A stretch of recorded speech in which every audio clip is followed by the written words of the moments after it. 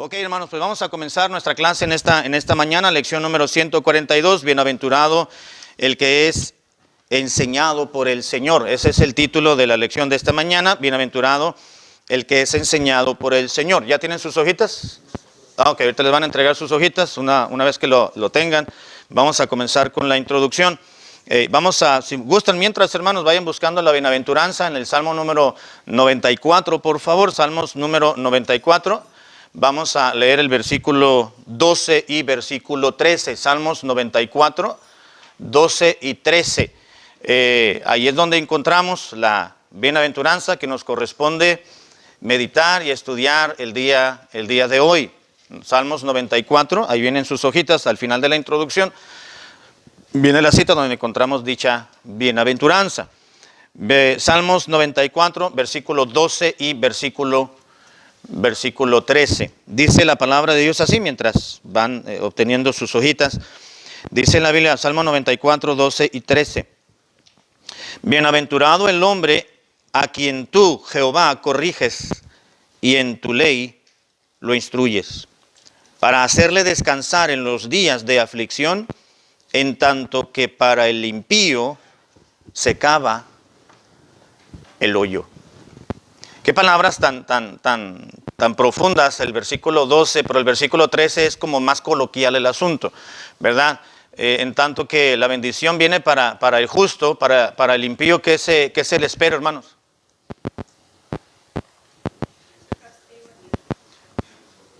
Castigo eterno, ok, más. ¿Ah? ¿Qué dice el versículo 13 al final?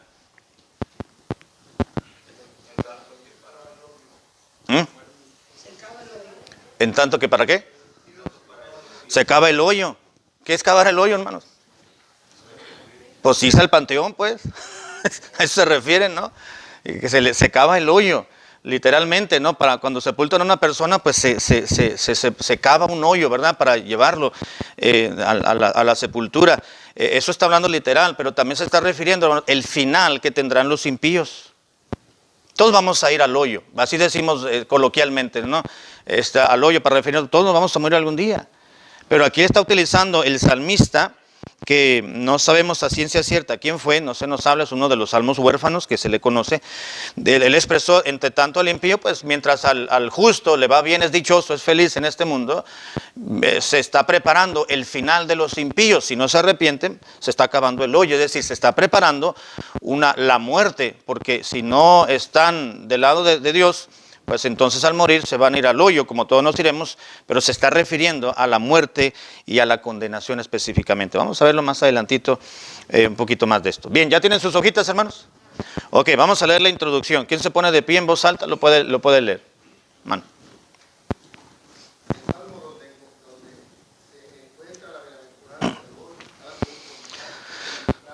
¿Contraste?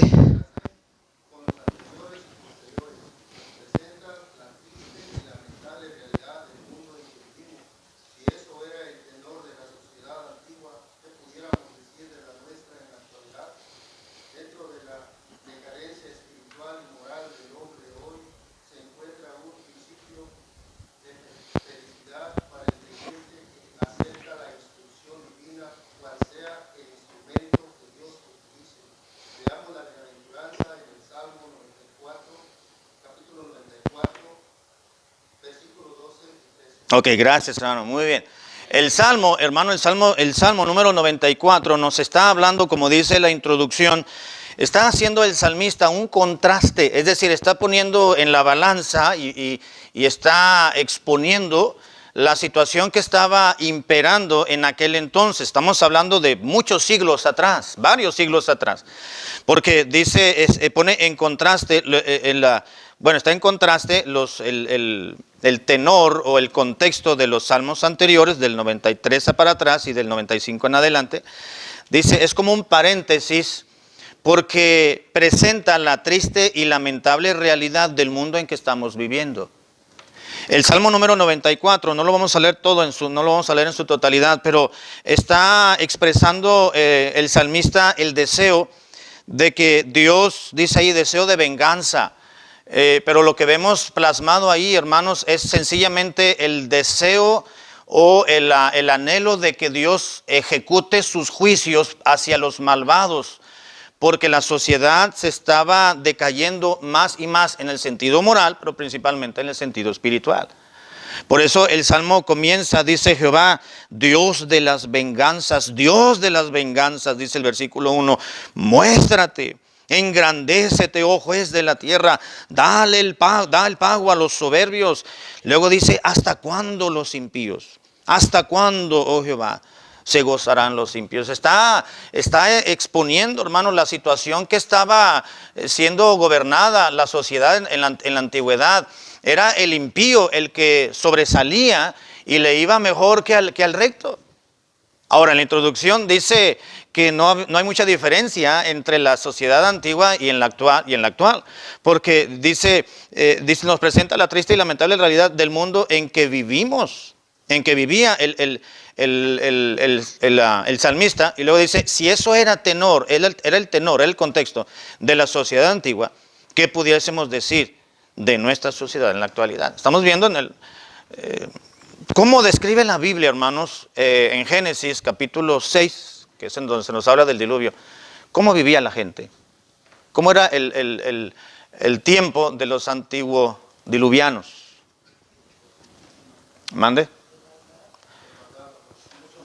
Había mucha maldad del hombre. ¿Por qué vino el diluvio? Por la maldad que había. ¿Mande? Por depravación, por ejemplo, ¿verdad? Una manifestación del corazón malo del hombre. ¿Mande?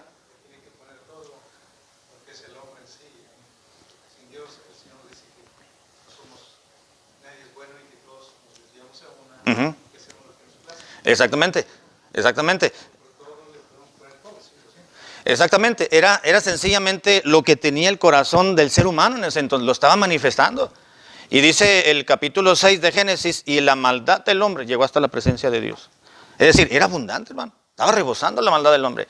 Estaba manifestando realmente la depravación total. Hay una doctrina en la Biblia, ya la estudiamos, en los artículos de fe, la depravación del hombre. Dios hizo al hombre recto, pero él buscó sus propias perversiones. Es decir, él se desvió del verdadero propósito por el cual Dios creó al ser humano, que era que tuviese comunión directa con él y viviera una vida de santidad. Pero Adán y Eva se desviaron. Ellos dijeron, no, vamos a vivir de la manera que nosotros queremos.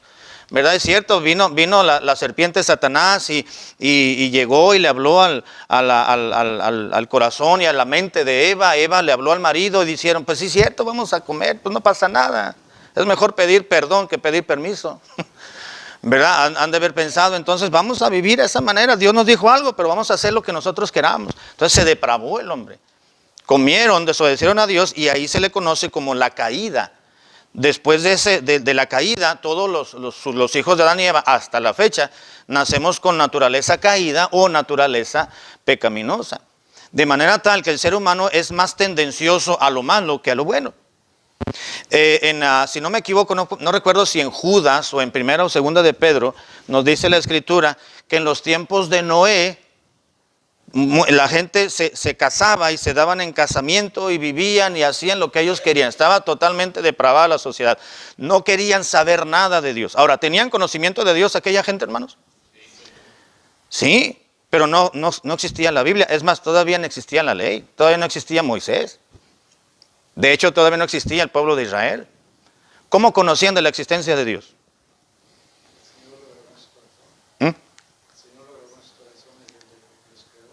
Exactamente, ¿se acuerdan lo que iba, ese arrugadito de boca dice que usted iba a decir algo, hermana? ¿Sí? Mande. Todavía no había profetas. ¿Se puede decir que el primer profeta fue Noé?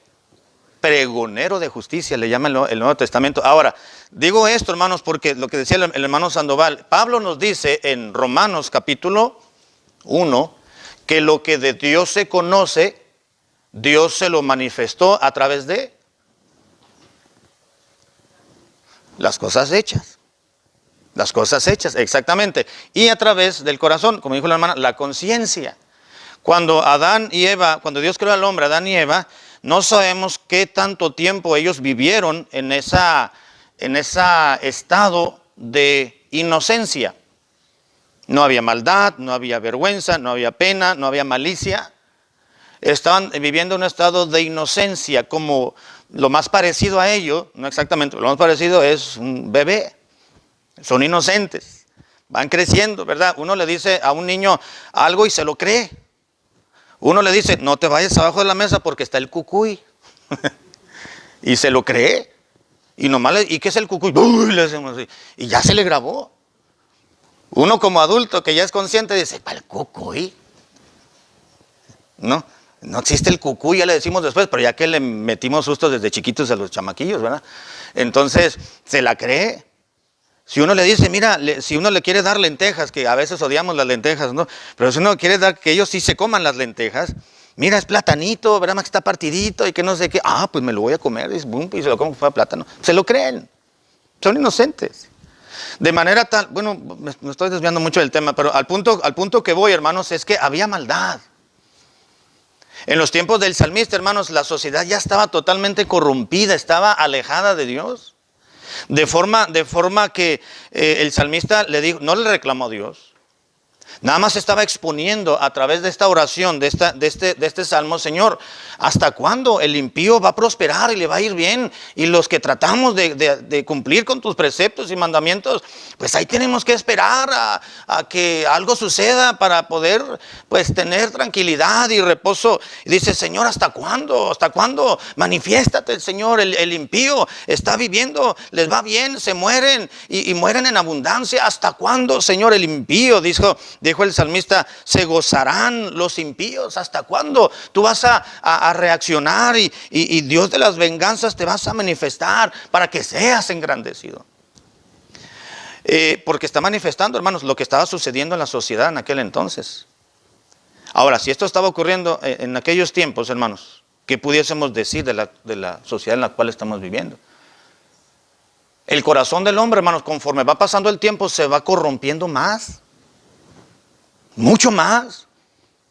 Que hay más pecado hoy. No, el pecado ha habido siempre, hermano, más que estaba más oculto en ocasiones anteriores. Ya había ladrones, ya había adúlteros, ya había homosexuales, ya había mentirosos en los tiempos ya había, nada más que hoy es más evidente, ¿verdad? Pero el pecado siempre ha existido. Bueno, vamos a ver, dice ahí, dentro de la decadencia espiritual y moral del hombre de hoy, y de antes también, se encuentra un principio de felicidad para el creyente o el cristiano que acepta la instrucción divina. Cual sea el instrumento que Dios quiera utilizar para instruirnos, Dios va a traer felicidad. Ahorita vamos a ver por qué se dice aquí cualquiera que sea el instrumento. Bien, número 1, hermanos, vamos a ver el entorno de la bienaventuranza. Letra A, ¿quién lo lee?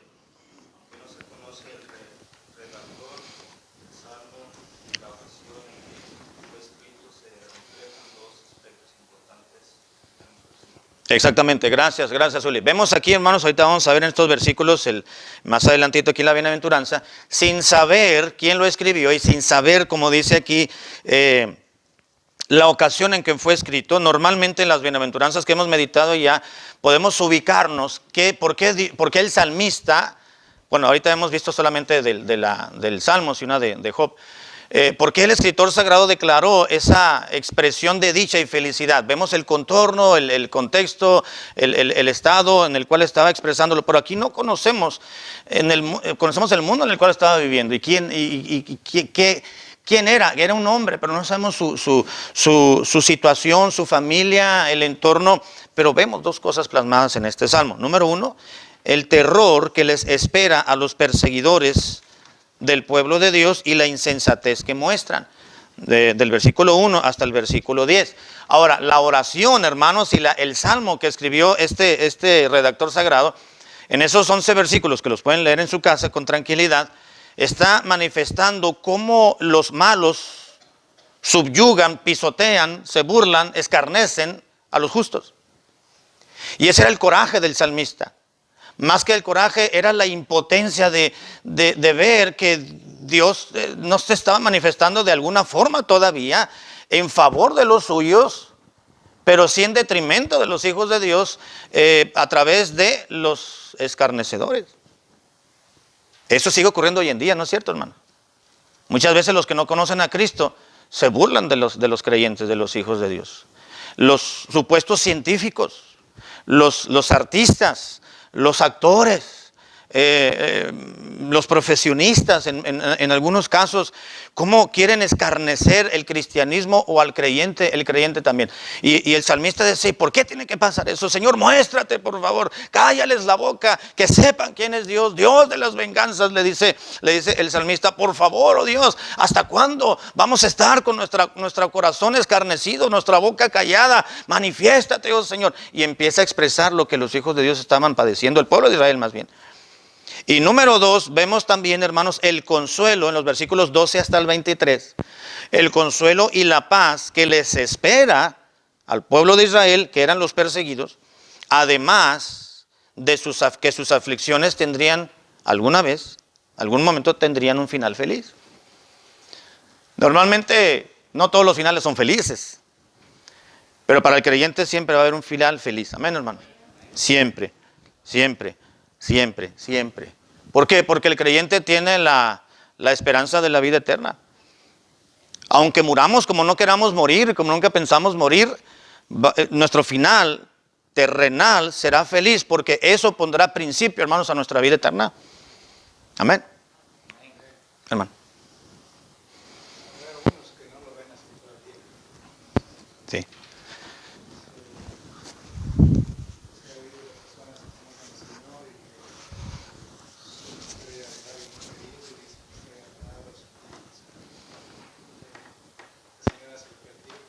Exacto. Exacto. Uh-huh. Sí, sí, sí. Sí, exactamente. Ajá, exacto. Ya exacto. Les platicaba en alguna ocasión que un día vino una señora, ella decía que era hermana, vino con una señora y con otra señora, una vecina más mayor de edad. Querían que las casara, no a ellas dos, ¿no? Que casara la más joven con su marido, que ya estaban viviendo. Y bueno, andaban buscando iglesia a ver quién los quería casar. Yo les dije, yo los puedo casar, pero bajo estas situaciones, no quisieron. El asunto era que me decía, le digo, ¿y cuándo usted fue salva? Dice, oh no, yo crecí era puertorriqueña. Yo nací en Puerto Rico, dice, y allá me crié con mi mamá y con mi familia, dice, pero yo estaba muy feliz, yo iba a la iglesia, yo aprendí, yo le puedo decir muchos versículos de la Biblia y muchos cantitos, si quiere que le cante uno, le digo, no, siga con su historia, ¿verdad? No me cante ahorita.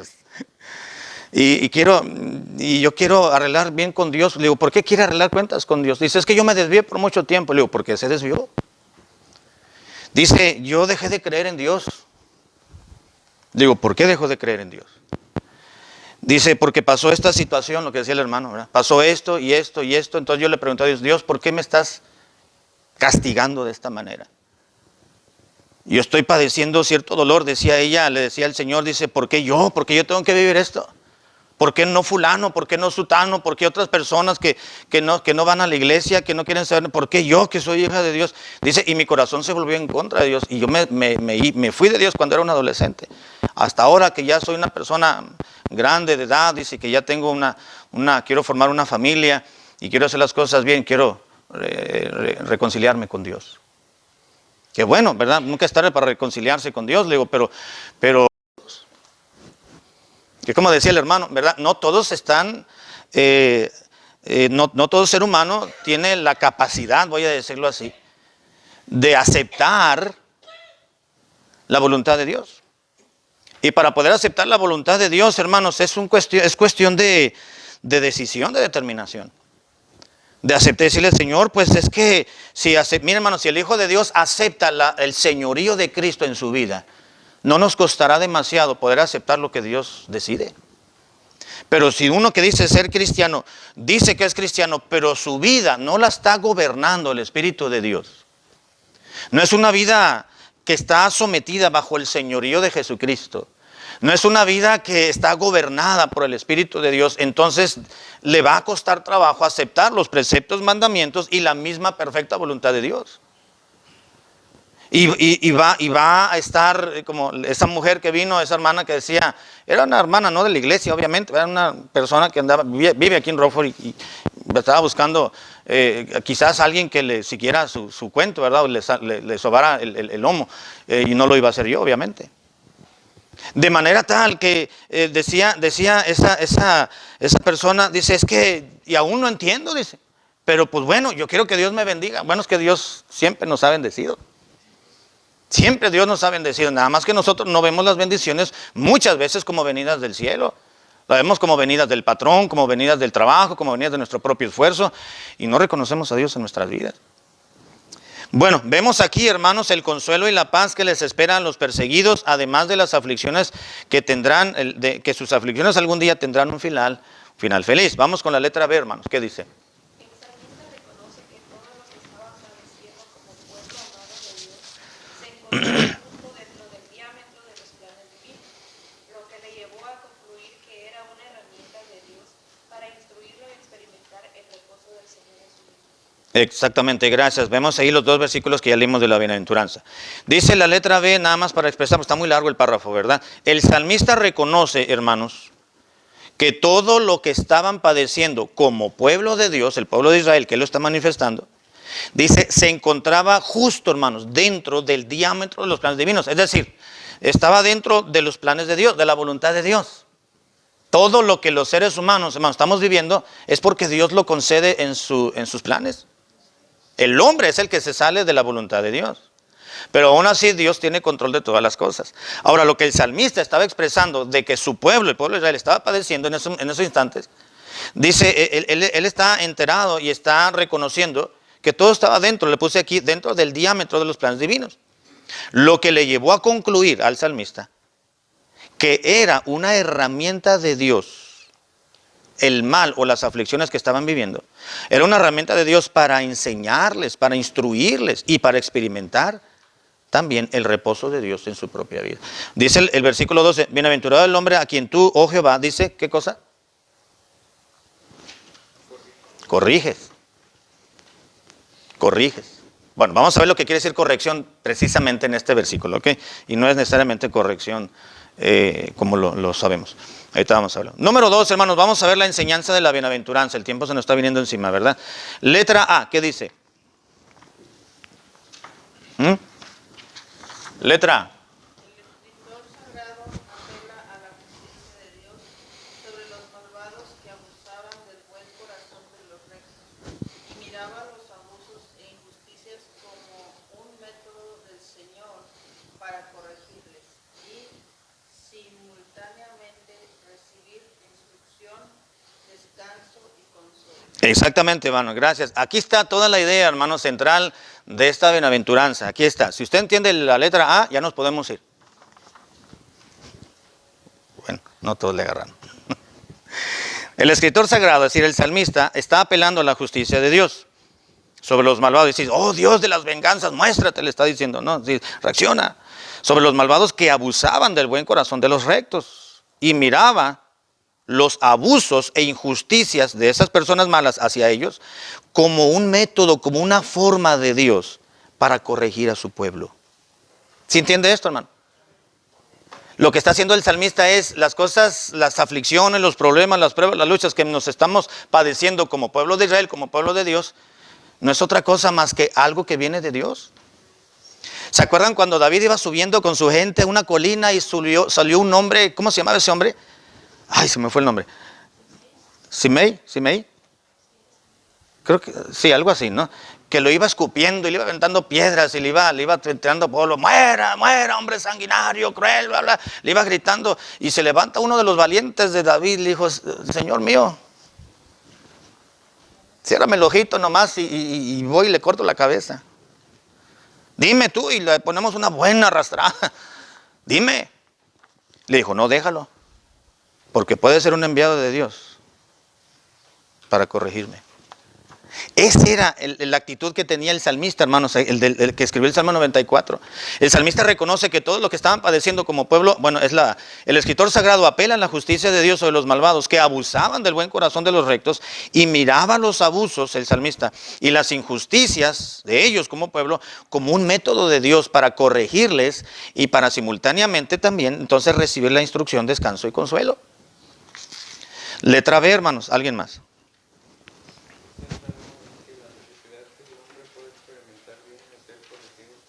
Exactamente, lo dice el salmista que parte de la felicidad que un creyente puede experimentar en su vida, hermanos, dice aquí, viene cuando experimenta ser corregido por Dios. Dice la bienaventuranza en el versículo 12, bienaventurado el hombre a quien tú, oh Jehová, ¿qué más? Corriges. La dicha viene, hermanos, cuando bienaventurado el hombre que haya en ti fuerzas, bienaventurado el hombre que busca en Jehová la corrección, bienaventurado el hombre que habita en tu casa. ¿Se acuerdan lo que hemos visto ya hasta ahorita? Hay cierta manera en que Dios dice, yo te voy a dar felicidad, tú vas a ser feliz el resto de tu vida, pero tienes que vivir de esta manera. Te voy a dar parámetros para que tú los obedezcas, para que venga la felicidad a ti. Mientras no los obedezcas, no vas a ser feliz. El mundo te puede ofrecer aparente alegría, aparentes satisfacciones, pero eso se va a acabar. La felicidad que Dios nos da, hermanos, es permanente. Es como su persona, como su carácter, como su naturaleza, como sus atributos. Es eterno. Perdura, la felicidad de Dios perdura. Eso no quiere decir que vamos a estar como el Joker, ¿verdad? Con una sonrisa así todo el resto. No, vamos a llorar, vamos a sufrir, vamos a tener problemas. Se nos puede hacer un nudo en la garganta cuando miremos ciertas situaciones y experiencias de otras personas. Y cuando padezcamos alguna situación difícil en nuestra propia vida, pues vamos a llorar y vamos a estar desconsolados, pudiera ser, pero momentáneamente. La felicidad de Dios ahí está. Y Dios nos va a ayudar a poco, hermanos, eventualmente ir superando situaciones que a nuestra humana naturaleza caída y débil no puede soportar, solamente la fuerza de Dios. Eso es lo que perdura. Es lo que está diciendo el salmista. Dice el salmo que la felicidad que el hombre puede experimentar viene de ser corregido. ¿Cómo, hermanos? ¿Cómo vamos a ser felices cuando alguien nos corrige? Cuando Miriam estaba chiquilla, tenía menos de 2 años, recuerdo que yo compré una vara. No era la vara que arrancaba mi mamá del árbol de membrillo, de ahí de la casa de mi tía. Yo compré en una librería cristiana, venían varas de madera bien hechas con un versículo, ¿no? Y este es para Miriam, dije. Y ya le damos. Yo les dije, ella ya sabía que creo que a los 3 días de que nació ya le di unas buenas nalgadas. Y ya sabía ella que si hacía algo se desobedecía y no entendía y quería salirse con la suya por nuestra propia naturaleza, que somos obstinados, ella sabía que iba a recibir corrección. Y ya sabía de la vara. Y cuando le decíamos algo y no decía, 2 años, un poquito menos de 2 años, y le sacaba la vara así, corría. Porque sabía que iba a ser corregida si no obedecía. Entonces, la teníamos mi esposa y yo en algún lugar, la varita, y para que la viera. De repente se desapareció la vara. No sabemos dónde estaba la varita. Le digo, pues ahí no has visto la vara. No, pues ahí estaba. Pues no la encuentro. Búscala, dice, porque pues la necesitamos. Y por todos lados, nada, no la encontramos. Dije, pues ¿dónde está? Y bueno, dije, pues eso no nos va a detener de la corrección, ¿verdad? Había algunos arbolitos ahí en el terreno del templo donde vivíamos y bueno, por ahí fue y restituí, ¿no? Con el paso de las semanas, un día estábamos limpiando la casa y movimos y estaba abajo del sofá. Ahí estaba escondidita, ¿verdad? ¿Quién la guardó? El ángel Gabriel. No, pues fue el alma de esta niña, ¿verdad? Cuando estaba, ¿verdad? Porque dije, la voy a guardar, dijo. Nada errada. ¿Nada? Se iba a acabar, dijo, o sea, pensó que yo creo que era en su inocencia la niña. Es la única vara que hay en el mundo, ¿verdad? O sea, ya no las ven mis papás y ya no me van a corregir. ¿A quién le gusta ser corregido, hermano? Nadie. Y más cuando ya estamos grandes, ¿no? Nos pesa aquí, ¿por qué me dicen a mí? ¿Por qué me tienen que decir lo que estoy haciendo mal? ¿O por qué me tienen que enseñar lo que no? Pero la Biblia dice lo contrario. Bienaventurado es el hombre a quien Jehová corrige. Dice, no, Señor, ¿a poco sí? Soy feliz si tú me corriges. Claro, dice la Biblia. Pero vamos a ver qué quiere decir corregir. Corriges, hermanos, este término que utilizó el salmista en el versículo 12, donde dice, bienaventurado el hombre a quien tú corriges, oh Jehová. Corregir aquí, hermanos, es un término que utilizó el salmista en su idioma original. Es el término yazar. Y significa castigar propiamente, pero también significa, hermanos, instruir y enseñar. Ahora, el salmista lo que estaba diciendo aquí, hermanos, es nosotros como pueblo de Dios, como hijos de Dios, somos dichosos. Vamos a experimentar la dicha y la felicidad que viene de parte de Dios. A través de estas situaciones que como pueblo de Israel estamos padeciendo de parte de Dios, porque Dios nos quiere enseñar a través de estas pruebas. Es lo que está diciendo el salmista. Entonces dice, bienaventurado a quien tú enseñas a través de las pruebas de la vida. De manera tal, dice la letra C, en este versículo, la acción de Dios de corregir a quien ama corresponde a la acción de instruirle por el mismo motivo, es decir, por amor. Dijo Dios, yo amo al pueblo de Israel, te voy a corregir, pero más que corrección disciplinaria, es una situación de la vida natural, de pruebas, de aflicciones, de situaciones, pero a través de ello yo te quiero capacitar y te voy a enseñar y te voy a instruir. Eso es lo que está diciendo la Biblia en esta bienaventuranza. Sí, hermano.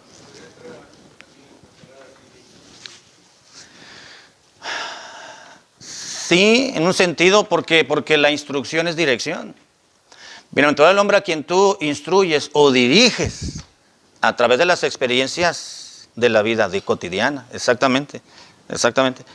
Letra D, hermanos, ¿qué más dice? Letra D. ¿Alguien más? Letra D.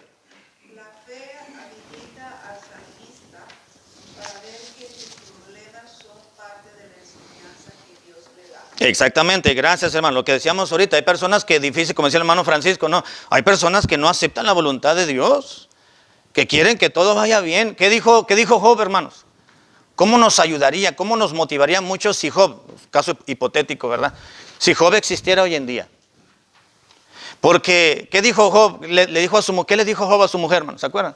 Recibiremos de Dios el bien y el mal. Exactamente. Llegó la mujer de Job y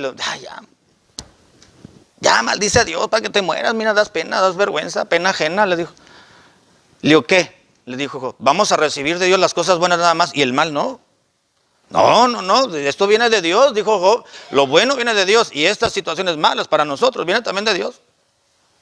¿Qué dijo Salomón, hermanos? Eclesiastés, capítulo 7, sin mal no recuerdo, dice, ahí se fue, dice que Dios hizo, en el día del bien, goza del bien, pero en el día de la adversidad, considera, porque Dios ha hecho tanto lo uno como lo otro. Dios permite, hermano, Dios concede en su providencia, en su soberanía, en su señorío. Dice, tú vas a vivir en esta vida, no todo va a ser color de rosa. A veces vas a tener conflictos, problemas, a veces no. Va a haber enfermedad, no siempre vas a tener salud. Va a haber muerte, no siempre va a haber vida. Va a haber necesidades y carencias, no siempre va a haber abundancia. Va a haber lloros, no siempre todo va a ser alegría y gozo. Así que lo que nos dice la Biblia es que la fe estaba habilitando al salmista para ver que sus problemas del salmista eran parte de la enseñanza que Dios le estaba dando. Es lo mismo, hermanos. Necesitamos fe, que nuestra fe sea fortalecida para poder entender y percibir que todo lo que sucede en torno nuestro, hermanos, hay una enseñanza de vida que Dios quiere para nosotros. Quiere mejorar nuestra calidad de vida a través de las experiencias que vamos obteniendo en el día a día. Y no es cierto, hermanos, que siempre aprendemos algo. Siempre aprendemos algo. Lo que hoy estamos viviendo, no lo hemos vivido, obviamente, ¿verdad? Qué profundidad. No lo hemos vivido. Entonces, hoy estamos viviendo una experiencia diferente a ayer. Aunque hoy ya llegamos a la escuela dominical como lo hicimos la semana pasada, pero lo que estamos viviendo, lo que estamos escuchando y lo que vamos a vivir el resto de la tarde, si el Señor no viene por nosotros, es algo nuevo que no hemos vivido. Es una experiencia nueva. Algo Dios nos quiere enseñar. Aunque todos los días vayamos al trabajo y hagamos lo mismo de siempre, la misma rutina, siempre hay algo nuevo que Dios nos quiere enseñar. Aparentemente es algo insignificante y quizás no lo captemos a simple vista, pero siempre hay algo que podemos aprender. Dios nos quiere enseñar algo a través del trato con una persona, a través del compañero o compañera de trabajo que todos los días lo vemos. Quizás ahora Dios nos enseña y después lo captemos. Pues con razón dijo esta señora eso.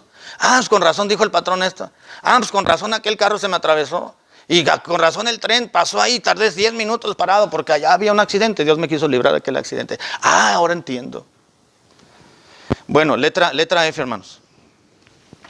Letra E, más bien, ¿verdad? La E. Además.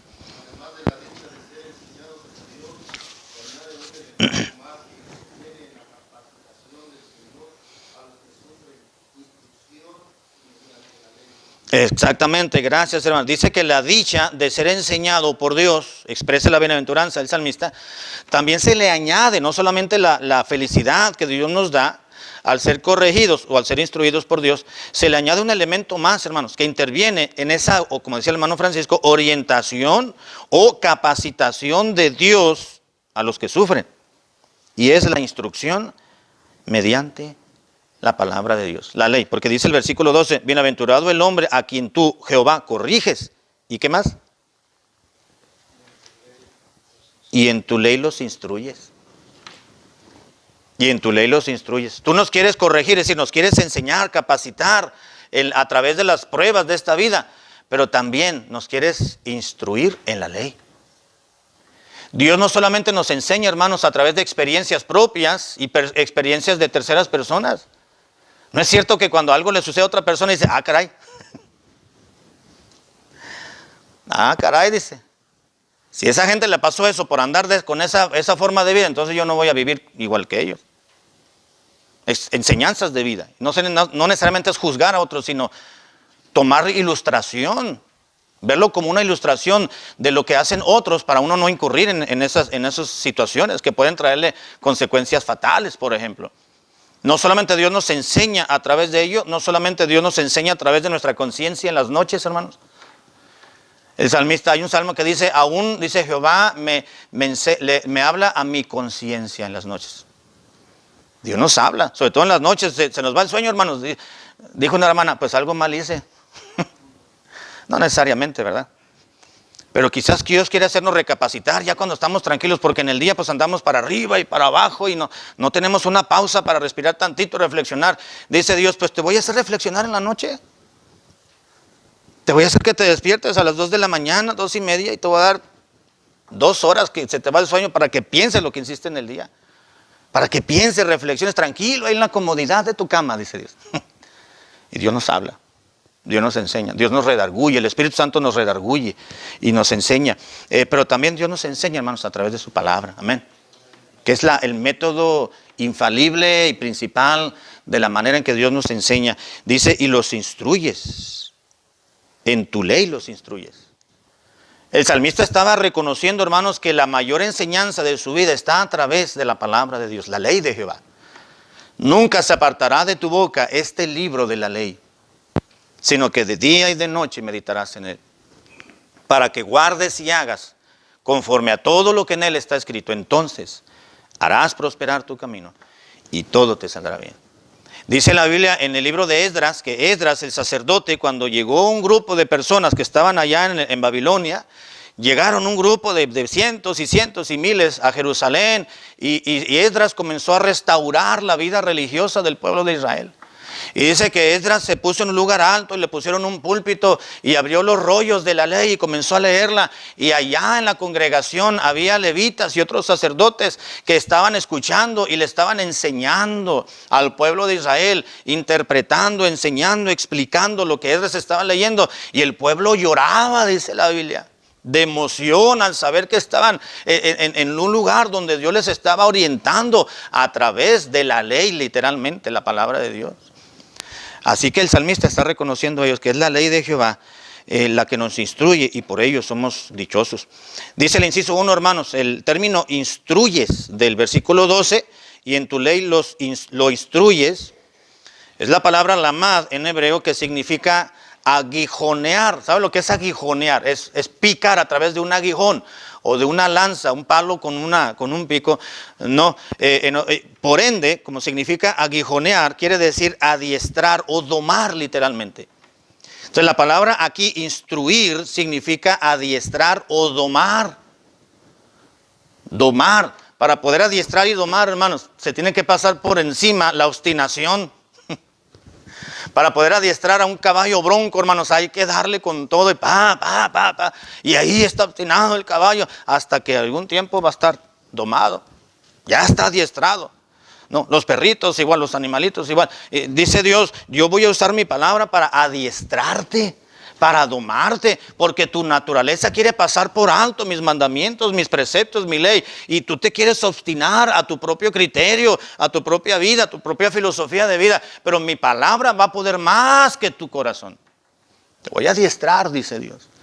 Y Dios usa su palabra, la ley, dice, y en tu ley lo instruyes, lo adiestras, lo domas. Aguijonear quiere decir incitar, hermanos, o estimular.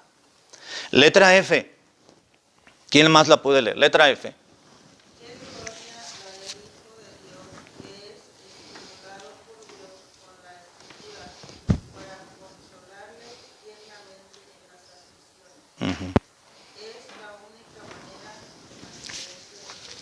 Exactamente, la única forma en la cual, gracias hermana, podemos mantenernos de pie, erguidos frente al Señor ante las pruebas y las vicisitudes de esta vida, es a través de la Escritura, cuando esta Dios la usa para consolarnos tiernamente en medio de las aflicciones.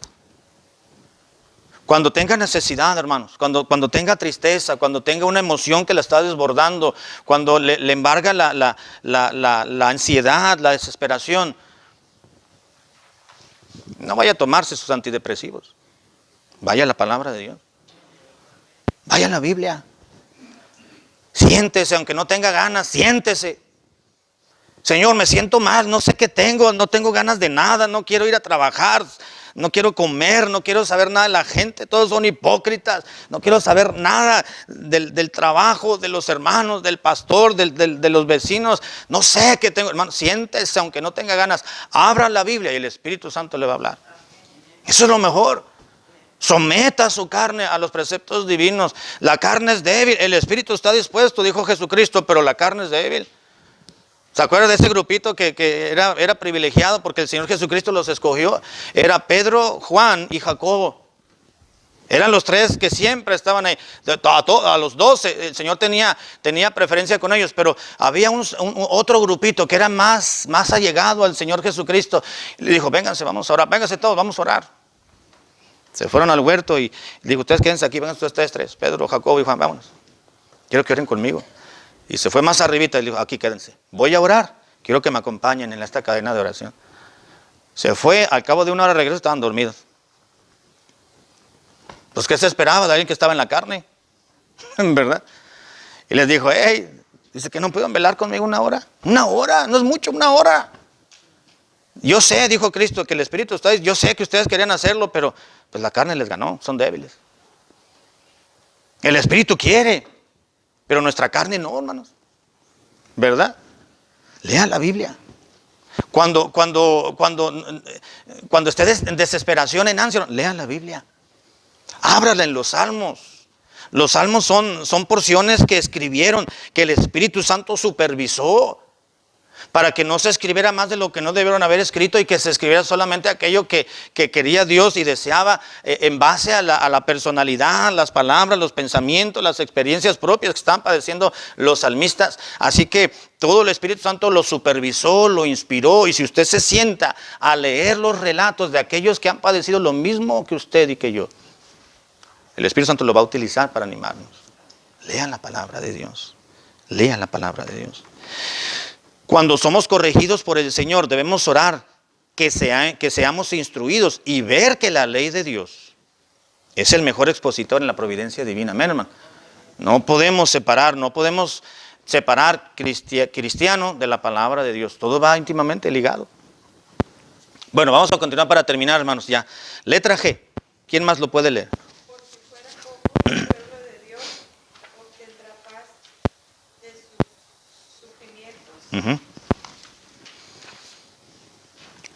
más que reposo físico, es un reposo mental.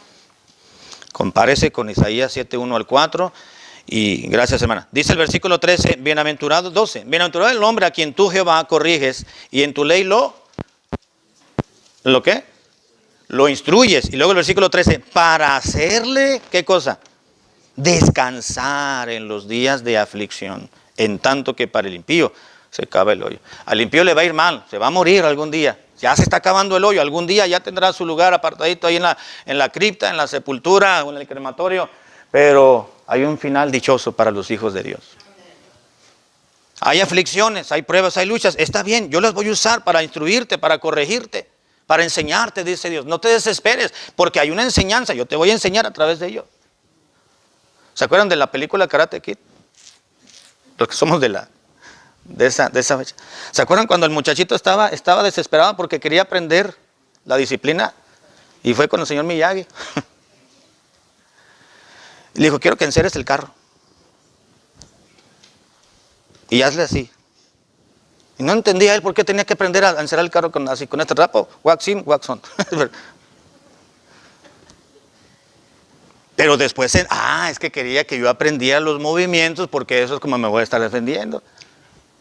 Dice, Señor, ¿por qué tengo que padecer esto en la vida? Dice Dios, tranquilo, ahorita no lo vas a entender, pero por algo yo estoy permitiendo esa aflicción a ti. Lo vas a entender después. Y dice la Biblia que Dios utiliza el sufrimiento para instruirnos, para adiestrarnos, para corregirnos. Dice, para instruirnos. Además, las enseñanzas que encontramos, hermano, que Dios nos quiere enseñar a través de las experiencias de las aflicciones en este mundo, Dios añade más información, a través de su palabra. Y luego dice Dios, para hacerle descansar. Si no aprendes, si no aceptas el método que yo estoy utilizando en esta vida para orientarte a través de las aflicciones, de las pruebas, de las luchas y a través de la ley, de mi palabra, entonces no vas a experimentar el reposo y el descanso que yo te voy a dar. Para hacerles descansar, dice la Biblia, el versículo 13, para hacerle descansar en los días de tu aflicción. Sabe que más, como dice aquí la letra G, por si fuera poco, el pueblo de Dios obtendrá paz de sus sufrimientos, más que un descanso físico, hermanos. La Biblia habla de un reposo mental. Vamos a Isaías capítulo 7, versículo 1. ¿Quién lo tiene? Isaías 7, 1 al 4. Isaías 7, 1 al 4. Ya vamos a terminar. Aconteció en los días de Acaz, hijo de Jotam, hijo de Uzías, rey de Judá, que Rezín, rey de Siria, y Peca, hijo de Remalías, rey de Israel, subieron contra Jerusalén para combatirla, pero no la pudieron tomar. Y vino la nueva a la casa de David, diciendo, Siria se ha confederado con Efraín, y se le estremeció el corazón de su pueblo, como se estremecen los árboles del monte a causa del viento. Entonces dijo Jehová a Isaías, sal ahora al encuentro de Acaz, tú y Sear, Jasub tu hijo, al extremo del acueducto del estanque de arriba, en el camino de la heredad del lavador, y dile, guarda y repósate, no temas, ni se turbe tu corazón a causa de estos dos cabos de tizón que humean por el ardor de la ira de Rezín y de Siria y del hijo de Remalías. Exactamente, gracias, hermano. ¿Se da cuenta de esta pequeñita historia, hermano? Dice que se unieron dos reyes. Dice, se unió el Rezín, rey de Siria, Peca, hijo de Remalías, rey de Israel, a luchar con los mismos israelitas. Y le fueron a dar la noticia al rey Acab. Oye, fíjate que Rezín se unió con Peca. Oye, pero Peca es de nosotros, es de la tribu de Efraín.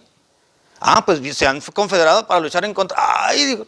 Ahora, Dios turbó los planes de ellos porque dice, subieron contra Jerusalén para combatirla, pero no la pudieron tomar. Ellos planearon, pero dijo Dios, no, chíspense de aquí, dijo. Aquí no van a hacer nada en contra de los mismos. Y tú que eres traicionero porque eres de nosotros, vete de aquí, dijo Dios. Y cuando supieron, y vino la nueva a la casa de David diciendo, Siria se ha confederado con Efraín, con la tribu de Efraín, con los judíos, dice, y se le estremeció el corazón y el corazón del pueblo también, como se estremecen los árboles del monte a causa del viento. Pero después Dios mandó un mensajero. Dijo, dile acá, guarda y repósate. Tranquilo, dijo, no temas, ni se turbe tu corazón. Ese descanso que Dios da, hermano, no solamente es descanso físico, es reposo mental, emocional. No nos gastamos tanto emocionalmente, hermanos, cuando hay una situación complicada, difícil. Más, sí nos afecta al cuerpo, claro que sí, pero todo está coordinado y combinado. Así Dios nos creó el diseño divino. Pero el descanso que Dios da, hermanos, es más interno. No es cierto que cuando oramos vamos quebrantados de corazón, vamos con nuestro interior, con nuestro alma agobiado y cansado, pero nos arrodillamos ante la presencia del Señor y le clamamos y nos levantamos, mire, tranquilos, Como si Dios ya nos hubiese respondido lo que le pedimos. Dios dice, yo sé que tu corazón se estremeció como los árboles que estremece el viento del monte. Dice, pero tranquilo, reposa, dije Dios. Que tu corazón esté tranquilo, no pasa nada. Estos son 2 cabos de tizón que humean nada más. Son 2 carbones encendidos, pero pues son 2 carbones solos que están fuera del resto. Dice, son tizones que están humeando nada más. Dice, pero que estén separados no hacen daño. No pasa nada. Es uno traicionero, uno renegado y el otro, déjalos. Al rato se les va a apagar el fuego del furor de su ser. Déjalos, dice, están sacando humo nada más. Dice que el reposo que Dios da, hermanos, es más mental que físico. Dice el versículo ya para finalizar la lección, versículo 13, para hacerle descansar en los días de aflicción. Letra H, debe animarnos el hecho de que aunque el creyente sea abatido, no quedará abandonado. Suceda lo que suceda, jamás Dios desechará a los suyos. Dice el versículo 14, porque no abandonará Jehová a su pueblo, ni desamparará su heredad, sino que el juicio será vuelto a la justicia, y en pos de ella irán todos los rectos de corazón. ¿Quién se levantará por mí contra los malignos? Dijo el salmista. ¿Quién estará por mí contra los que hacen iniquidad? Si no me ayudara Jehová, pronto moraría mi alma en el silencio. La palabra silencio aquí es el término Seol. Moraría en el silencio de la tumba. Versículo 18, cuando yo decía, mi pie resbala, tu misericordia, oh Jehová, me sustentaba. Amén. Conclusión, la felicidad del cristiano descansa en que al ser amonestado por el Señor, recibirá con ello enseñanza de vida y estimulado con la palabra divina.